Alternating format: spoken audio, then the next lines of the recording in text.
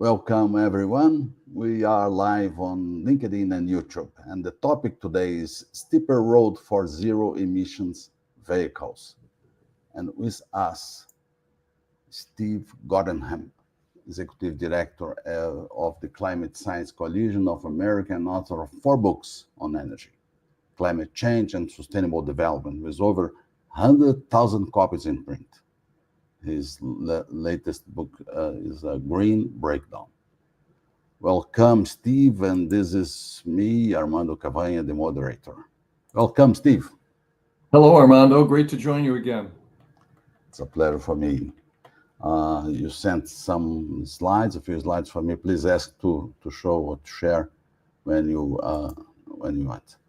Sure. Steve, electric vehicles is a great topic, and you said in your article that the road to electrical vehicles is steep. Steep how much? What does it mean for you, steep? Yeah, I'm talking about the United States and really big changes in the United States. You can put up the first slide if you want. There are Sure. three big areas for changes. First, we have had tax credits for a number of years, more than 2 decades, I think, where if someone buys an electric vehicle, they get a tax credit. And the auto dealers have also found a way to translate that so they get the credits and they can lower the price. But that is going away with the One Big Beautiful Bill. By the end of September, that is going to be gone. The second big thing is the rollback of state zero emissions vehicles laws. Because of action by the federal government and the Environmental Protection Agency, those are all dead now. And the third is poor market demand in the United States.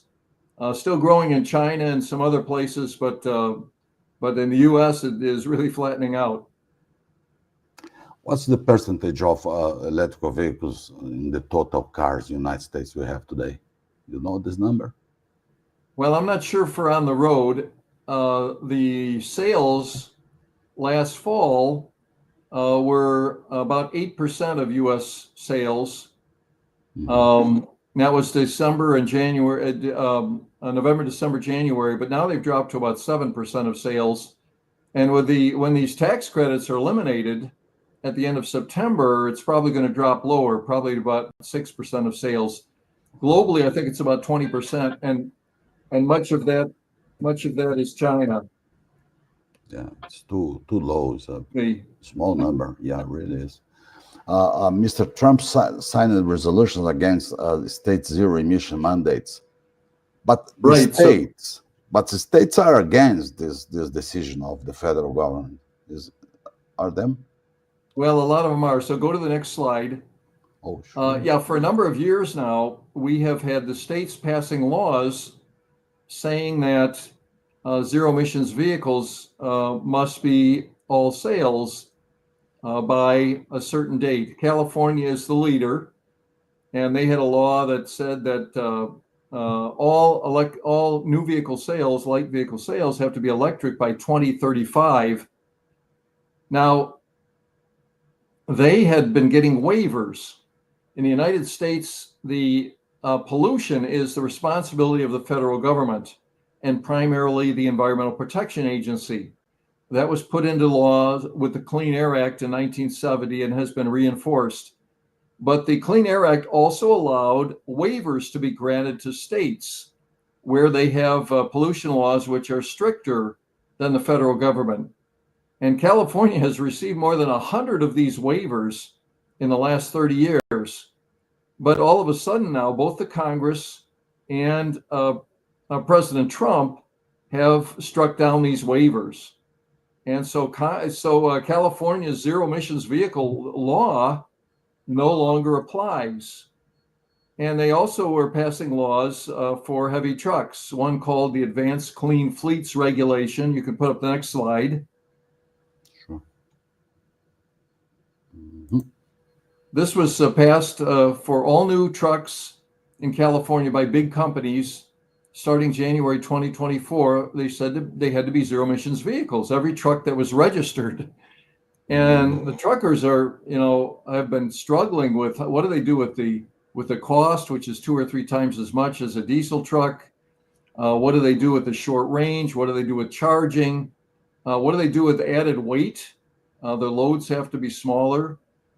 And so a big problem. But all of a sudden, the waiver for this has been struck down as well. And so we have all these laws that are in place, and just a big change in the United States.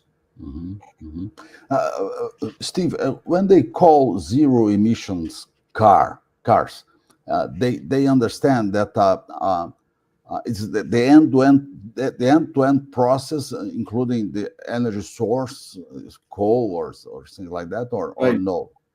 Yeah, they do. Well, originally the pollution laws in the states, California and others, were there to eliminate hazardous pollution, various types, particulates, volatile organic compounds, and that.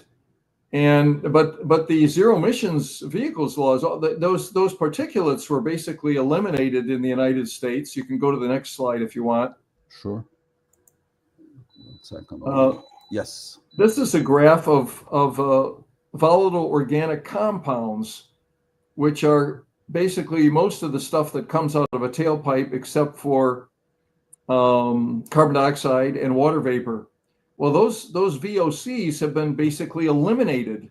You can see this declining red curve. They're down 98% since 1970 in the United States now. Our vehicles are very clean. Yeah, but why this happened? Well, we went to unleaded gasoline. They put in various particulate filters and other sorts of things into cars, and they're very clean now. What else I want to mention? Converters, and so they've cleaned it up. And the only thing coming out of the cars now is carbon dioxide and water vapor. Well, the zero emissions vehicles laws are not aimed at harmful pollution. They're aimed at carbon dioxide. They want to try and eliminate CO2 emissions. That's what all these laws are for. And that's really where we've gone off base in many ways. CO2 should not even be called a pollutant. Matter of fact, just yesterday, Lee Zeldin, the head of the EPA, announced he's going to roll back the 2009 endangerment finding. In 2009, the EPA said that greenhouse gas emissions, carbon dioxide and methane and others were endangering the citizens of the United States. Zeldin has now said he is going to knock that down, and so he's going to open notices of a proposed rulemaking and get comments and answer those comments. So it really is a big change. Steve, this picture, this chart is very important, because from 98% reduction is too much. It's impressive. What's the blue? The blue is the vehicle miles. That's the miles traveled, which has been rising. I can remember. I've been around a while. I remember when I was a child driving into California and watching the smog roll up the valley through the Mojave Desert. One time we were driving near Chicago, Gary, Indiana, and we literally had a coating that just covered our windshield. We had to pull off the expressway and clean off our windshield. And these were pollutants that could harm people, but you don't see that nowadays. The air is very much cleaner. And what's the reason they still being aggressive with this kind of fuels? Because it's the fear of man-made global warming. The idea that we have to reduce greenhouse gases to stop that. That is what all the zero emissions vehicles laws are really aimed at now today. And how about the conflicts between among states like in Washington, New York, California, because the standards and the government, the federal government? What's the point exactly? Yeah, you can put up the next slide. So following California has generally been the leader, but then we have many other states, 22 of them that have put in these zero emissions vehicle mandates. and they say you have to drive electric cars by 2040 or 2050, all these green states on the chart. And so all of these are now struck down as well. They received a waiver based on what California did and what the EPA allowed. Those are all gone as well. So you can imagine the effect of all these laws being overturned. And let me give you another example. Mm-hmm. The state of California and other states have said that auto manufacturers would either get credits if they manufactured and sold electric vehicles, or they would have to buy credits if they were selling internal combustion engine cars. They'd have to buy credits from the EV folks. Mm-hmm. Tesla has received more than $10 billion in these credits in the last 5 years. And what they do is they get these credits and then they sell them to other oil companies. And so they get $10 billion from these credits. Yeah. That is now going away. Effective September, that will be gone because these laws were all based on waivers from the EPA. So really a big impact on Tesla, many other manufacturers, and all these state zero emissions laws. Mm-hmm. Mm-hmm. You just commented about the market share of electrical vehicles, but my point again is what do you expect? Is 6% nowadays, but can increase or should decrease? What are your expectations about the number of market? Well, I think it's gonna stay low for a while. In the U.S., people like their cars. We drive long distances, maybe in Brazil also. And we travel a lot, and people want to have long range, and they want their cars. We have cold winters. It gets down to a minus 20 or 30 Celsius in many of the northern states, and EVs don't start very well. But the problem in my opinion, the problem we've had for years now is that we've had these governments trying to force people to buy electric vehicles, with the idea that we could make the storms less severe if we did that, or something crazy like that. People should have a choice. I think EVs are going to get better and better, but we still have people that don't want to be buying EVs. Do you see that EVs are always the second car in the families? It's not the unique car. Is it correct? Often that's true. I think you're right. People wanted to get that. A lot of people got cool Teslas for their second car, and they use the other car for driving long distances. So you're right. I think it is. But now we're getting to a point where a lot of people with second cars have the EVs maybe. Or let's say they're in an apartment building and they don't have a garage to charge in cold weather, or they have to run their charging cable over a public walkway. That doesn't really work very well. 80% of people 80% of charging is done at home in garages now for the people that have EVs, but for the people that don't have garages, it gets to be sort of a problem. You mentioned garage because the lithium batteries are being replaced by sodium batteries. They say this is true. Yeah. We're not sure about this replacement yet. But that's what they say, and solid state as well. But we'll still have to see. Wait for those to come along. Yeah, but how is the weight? What are the consequences of a weight difference between ICE and EV vehicles in the roads and everything? Yeah. Okay. So you got to go 2 slides forward to discuss that. Sure. One more. We can come back to that one. One more. So this is a couple models that talk about the driving range and weight issue. On the top right, there's a little model that's supposed to be a 2020 Honda Civic, and it has a 12.4 gallon gas tank. It can carry 7 to 7.5 pounds of fuel and go 360 miles. The little model on the left with the plug in the car is if you take that 77.5 pounds of fuel and put it in a battery that weighs 77.5 pounds, based on a Chevy Volt, you can only go 21 miles. You're down from 360 to 21. And so you have to increase the size of the battery by about 17 times to get to the bottom right to be able to go 360 miles again. Put more than 1,000-pound battery in.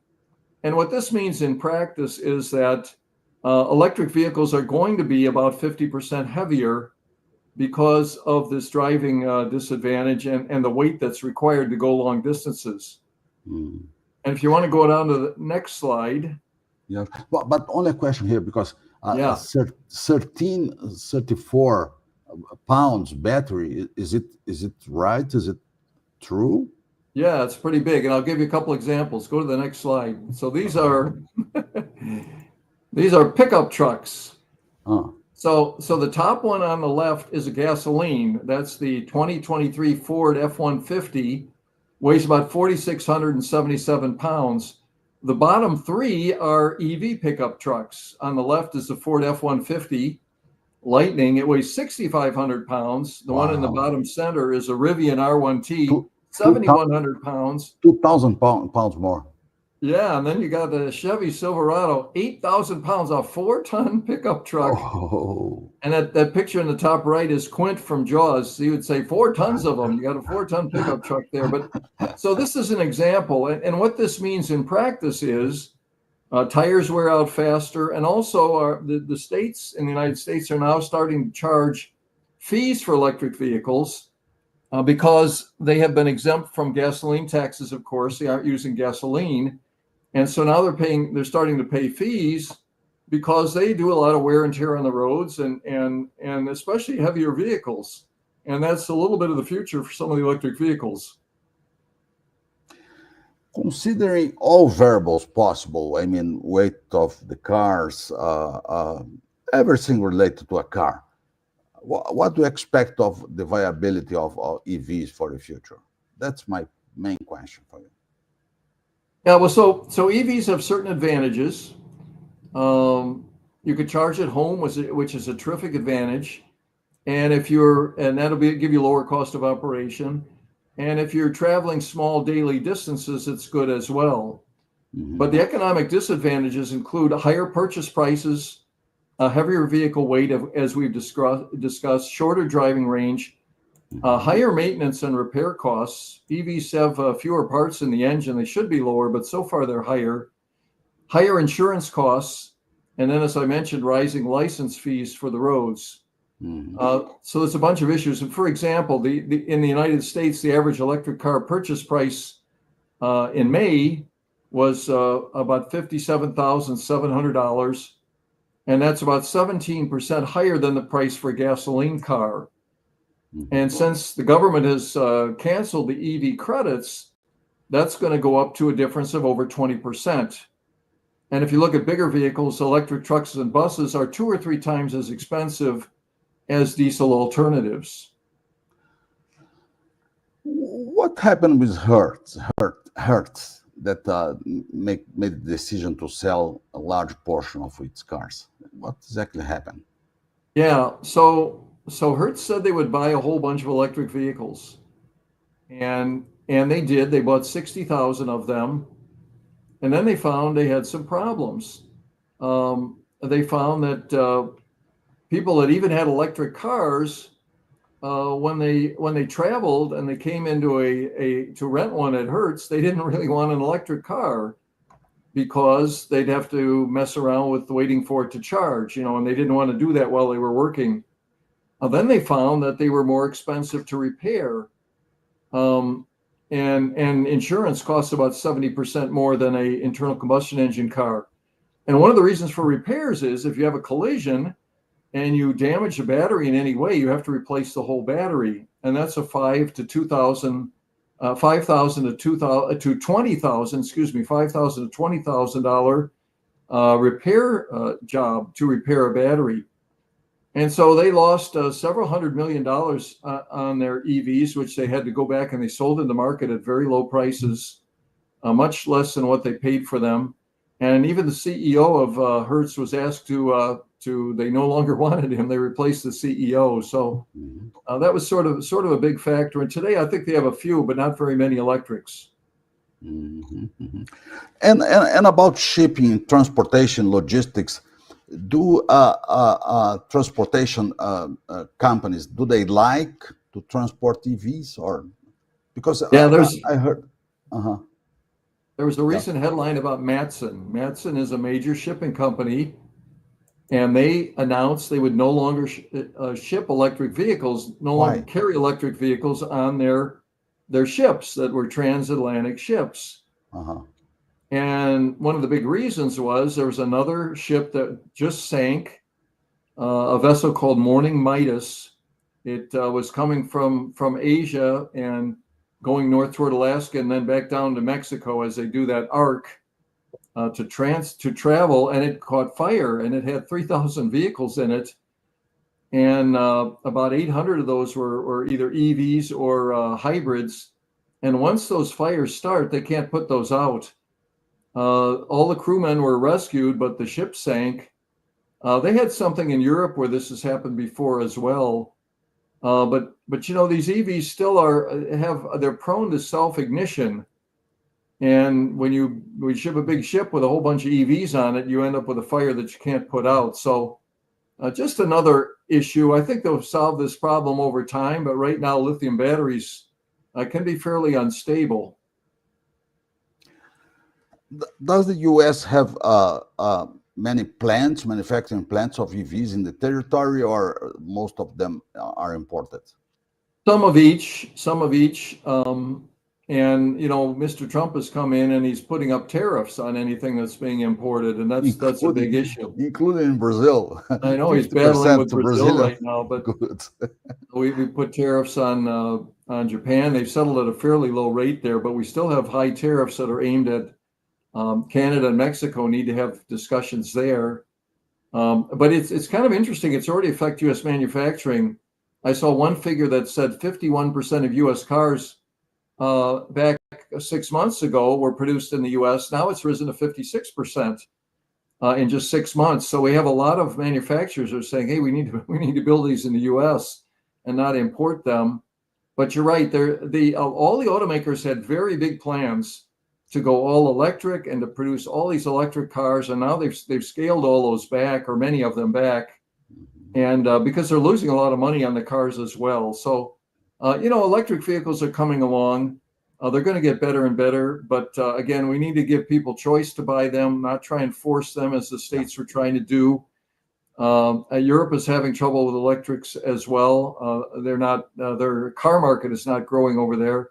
China is about the only place where all these electrics are really continue to expand. Why? Because they do not have enough oil, probably for this reason. Well, partly because of government big incentives too. You know what China does? They see a new market coming and they just say, we're going to take over that market, like solar panels. And so they say, well, we're going to build all these electric cars, and they give a lot of people subsidies.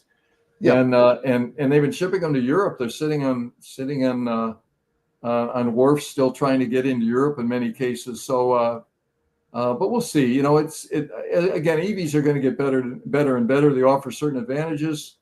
Let's give people choice and not try and force them, because we think we're going to save the climate if we do. But China has more coal than oil, refining oil. They do. That's the reason they love electricity, because they do not have oil enough. Well, in your book, Green Breakdown, you predict something very weird for my opinion, but you predict, and I accept that you are right. I'm not sure that the world is heading toward a renewable energy collapse. Wow. Well, this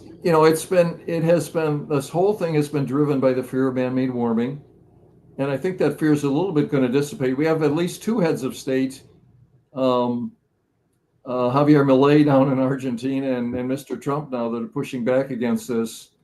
But we're just going to have to see. But there are things happening in Europe too. I was just reading an article about artificial intelligence. Europe has decided they're going to try and catch up to China and the United States in artificial intelligence, and they're going to build all these facilities, like 100 of them. Well, the problem is that uses huge amounts of electricity, and you can't power that with wind. In the United States now, we have an explosion going on that we need to talk about another time. All these people are building these data centers, and I mean, the amount of data centers has increased 40% in the last year and a half in the United States. And to power these things, people are putting up gas plants, their own gas plants. They're not even relying on the grid. So Europe has said, well, we're going to do wind and solar, but guess what? You can't power an artificial intelligence revolution with that. An example is the UK. UK's energy consumption, electricity consumption, has fallen for 2 decades now. People just are not using as much power, and now all of a sudden they want to go and do AI. Boy, it's going to be just crazy. Yeah, So, sorry. Go ahead. No. My point is, does it mean a collapse or only a reduction? Well, I think the net zero goal is what is going to collapse. Okay. Again, we have trying to remember the guy's name in England, Nigel Farage, who's the head of an opposition party. They're now calling it net stupid zero, that party. Oh my God. There's a lot of opposition growing. And again, wind and solar can be great. If you're in Hawaii and you've got no gas pipelines and it's always windy and always sunny, it can be very, very good. But it's not good in Minnesota. And so we need to kind of use some moderation with all these energy sources. Yeah, that's right. This what is this exactly? It's in your slides set that you sent to me. Is that? Well, that's a picture of the burning ship. Oh. That was burning off the coast of Alaska. That sank with all those vehicles and a lot of EVs. Mm-hmm. Let's see, and then go down a couple more. Oh yeah, one more. So about my book Green Breakdown here. Yeah. The one of the fun things about it gives you the science and economics about the energy transition, but it also has 150 color sidebars like this one. Utah school gives kids disgusting insects to eat in class for a climate assignment on how cows were killing the earth. Mm-hmm. True stories, true headlines. Is this your last book, this one, Green Breakdown? It is the last one, yeah. Are you planning to have another one? Well, I got to get an idea. I got to get some ideas I want to write on. But it's like climbing a mountain. I've written my own books, published them myself, and it's a big, big job. So right now I'm just worried about going on podcasts like yours and speaking professionally to business and industry about energy. Yeah, that's great. Steve Gottenham, was a great pleasure to have you here today with us in our podcast. Fantastic. Thank you, Armando.